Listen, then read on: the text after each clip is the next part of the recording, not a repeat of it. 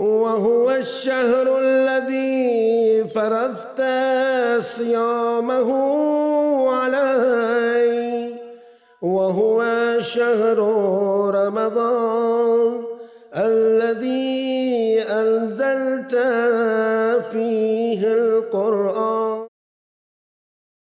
बिस्मिल्लाहिर्रहमानिर्रहीम अल्हम्दुलिल्लाहि वस्सलातु अला अहलिहा अम्मा बाद अल्लाहुम्मा सल्लि अला मुहम्मद व आलि मुहम्मद। अस्सलामु अलैकुम वरहमतुल्लाहि वबरकातुहू।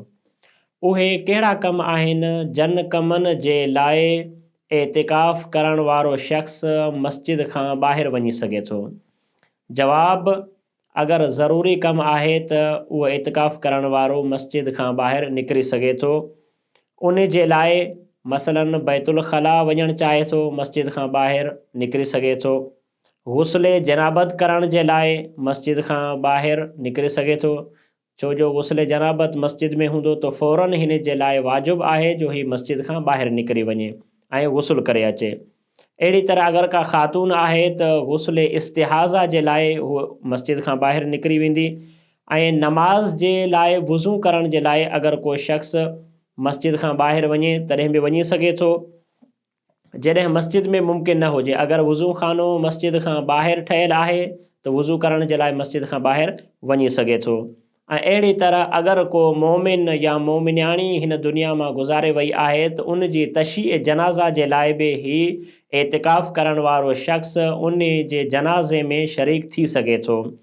या अगरि को मोमिन मरीज़ आहे उन जी अयादत करण जे लाइ ही वञणु चाहे त वञी सघे थो, लेकिन हिन जे लाइ इहो ज़रूरी आहे त जीअं ई इन जो कमु ख़तमु थिए त फ़ौरन मस्जिद में मोटी अचे।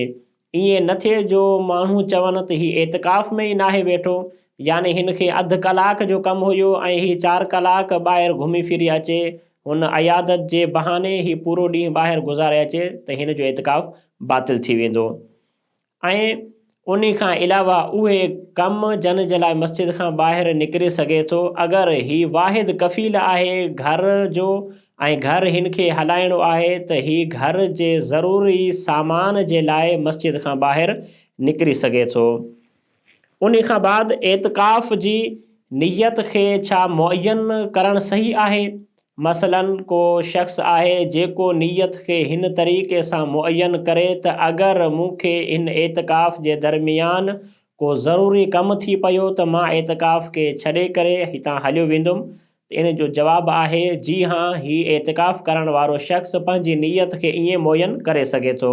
एतिकाफ़ जे दरमियान हिन खे को ज़रूरी कमु अची वियो, मसलन हिन खे का नौकरी जे लाइ इंटरव्यू ॾियणो हुयो, हिन इहा नियत कई अगरि मूंखे उहा काल अची वई त मां पंहिंजे एतिकाफ़ खे छॾे करे ओड़े हलियो वेंदुमि, त हिन एतिकाफ़ वारे जे लाइ इहो जाइज़ आहे त हू उतां वञी सघे थो। वस्सलामु अलैकुम वरहमतुल्लाहि वबरकातुहू।